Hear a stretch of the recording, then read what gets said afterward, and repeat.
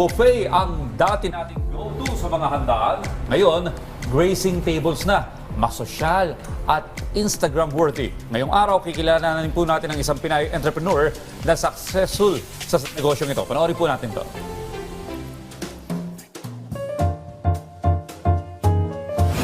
Miss Steph, umpisahan natin.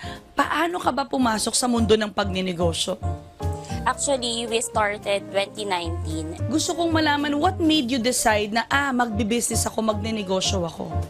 Actually, madami na po akong business na na-try before. So, hindi siya naging successful. So, iniisip ko talaga na ano ba talaga yung business para sa akin. Actually, very adventurous talaga ako. Lahat gusto kong itry, lahat gusto kong gawin. I think dito na talaga napunta yung tamang landas para sa akin. Ano yung nakita mong challenge? May times ba na nahihirapan ka doing the business? Can you share with us yung mga ups and downs mo?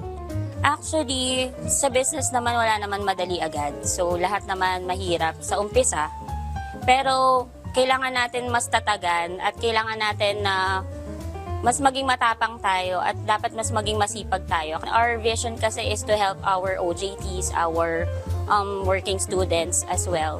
Kasi most of them, dito lang po talaga kumukuha ng pinanghuhugutan. Lalo na po yung mga working students namin na walang pang tuition, walang pang baon. Ayan. That's why we're so happy and we're thankful kay Lord kasi binigyan kami ng ganitong business para makatulong sa ibang tao. And also, we help homeless peoples po.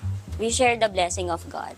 So it's nice to know that besides, earning, doing the business, you have an advocacy also. Would you like to say anything do sa mga aspiring entrepreneurs who wants to be like you? Para po sa lahat ng gusto magnegosyo, wag po kayong matakot sumubok ulit. Kung maraming beses man po kayong nagkamali or hindi nag-succeed, marami po tayong chances by God's grace. Wag po natin tingnan ang estado ng buhay natin, kung graduate man kayo o hindi.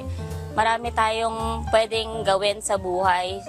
Hindi porket hindi tayo nakatapos sa pag-aaral ay wala na tayong karapatang umasenso. Para po sa mga hindi po nakapagtapos, wag po kayong matakot sumubok dahil marami po tayong chance sa buhay upang maiangat natin ang ating sarili. So this is the sample service sa aming events. We have here our charcuterie grazing table. We have a staff na nag-a-assist po sa ating on-the-day event. Kadalasan po kasi sa grazing table, hindi po nila alam kung paano siya pinipare. So, I'll give sample po, Miss Diane. We're going to put some brie to pair with the crackers and cold cuts. And then, they can also, ask for another menu. We can customize po para sa ating mga clients po. You learn more from failure than from success. Kaya wag mong hahayaan na pigilan ka ng pagsubok na makamit ang mga pangarap mo. Yan po ang aral na ibinahagi sa atin ng business owner na si Ms. Stephanie Renya. Kita-kits ulit next time mga kanegosyo para sa isa na namang kwento ng pagninegosyo na ibabahagi namin sa inyo. Kaya naman tara, negosyo tayo!